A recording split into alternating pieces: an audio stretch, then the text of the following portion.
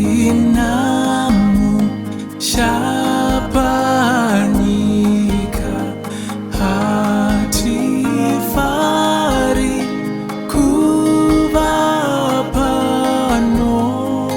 zvinofadza mweya yedu kutsvaka mushando uya kutsvaka mushando uya.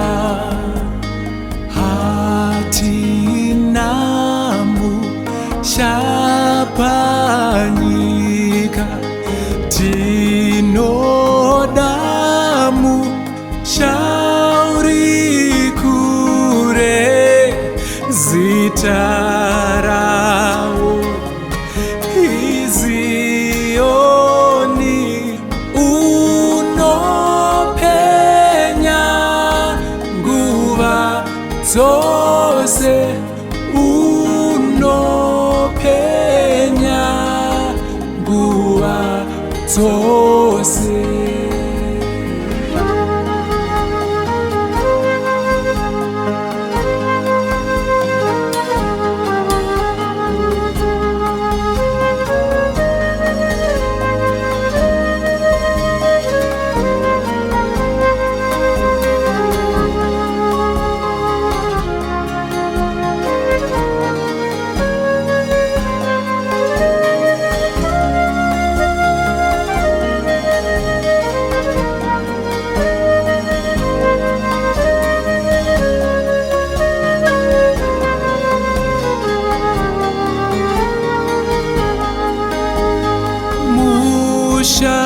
Mushaune